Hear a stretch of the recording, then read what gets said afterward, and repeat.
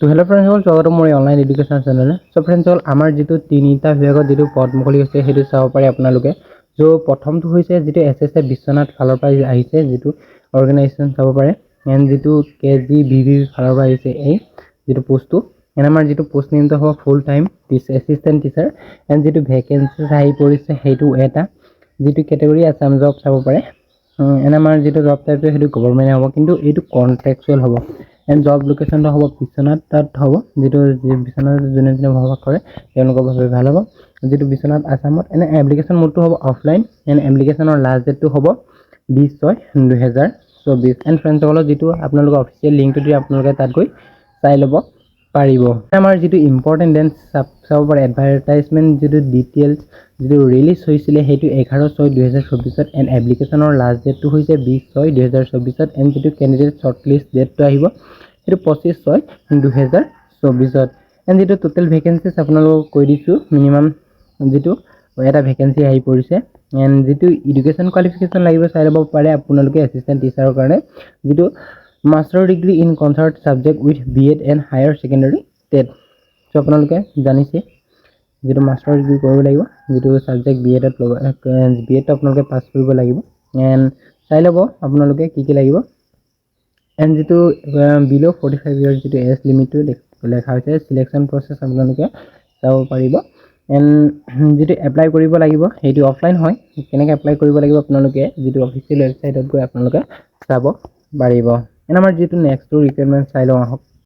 so friends all আপোনালোকে চাব পাৰে যে এইটো এটা এডভাৰটাইজমেন্ট আহি পৰিছে যেটো টিচাৰ ফালৰ পৰা আপোনালোকে চাব পাৰে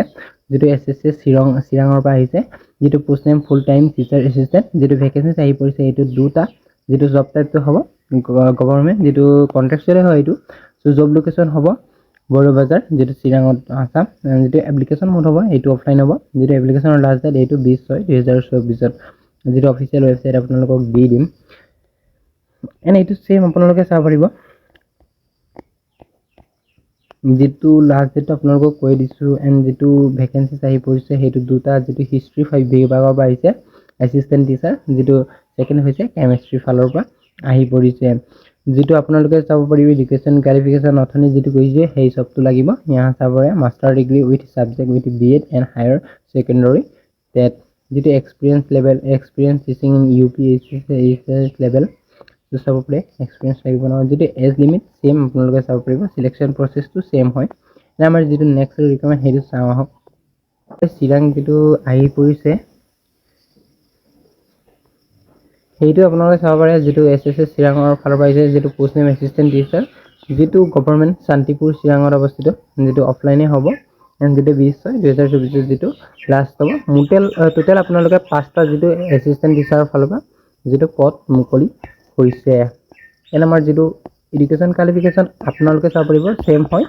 ইয়াতে এডুকেশন কোৱালিফিকেশন আপোনালোকে চাই ল'ব ইয়াত লেখা আছে minimum master degree in chemistry যেটো অফিচিয়েল লিংক এটো দিলে আপোনালোকে তাত গৈ এডভাৰটাইজমেন্ট ডিটেইলটো চাই পেলাই আপোনালোকে